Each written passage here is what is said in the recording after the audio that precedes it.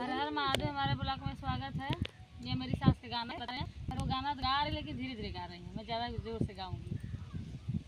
पाकल पाकल आमवा का पाकली को परिया रस ढूढ़कल कर जवाई में जाई हो सखी। रस ढूढ़कल कर जवाई में जाई हो सखी। पानिया भरा गईली पाकमाई नर पीछे पीछे दूल्हा घड़ी लवाली हले ठाड़ हो सखी। पीछे दूल्हा घड़ी लवाली हले ठाड़ हो सखी। हे समान कर लाले जुरिया खींच के मारी कौन कर छूट लड़काइया कबान रे सखी। कौन कर छूट लड़काइया कबान रे सखी। पाकल पाकल आमवा का पाकली को परिया रस ढूढ़कल करे जवाई में जाई रे सखी। रस ढूढ़कल करे जवाई में जाई रे सखी।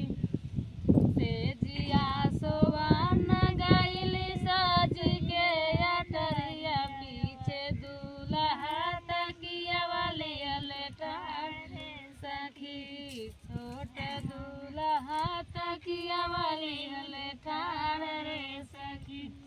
हे समान करला तकिया वे खींच के मारी कौन कर छूट लाड़ी काइया कबान रे सखी।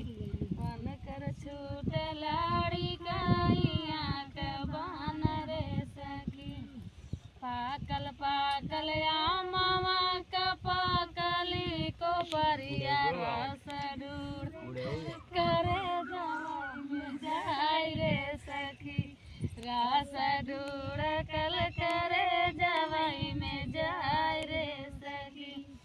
रोटिया पवन गईली राम रसोई छोट दूल्हा बेलन वाली हले ठाड़ हो सखी।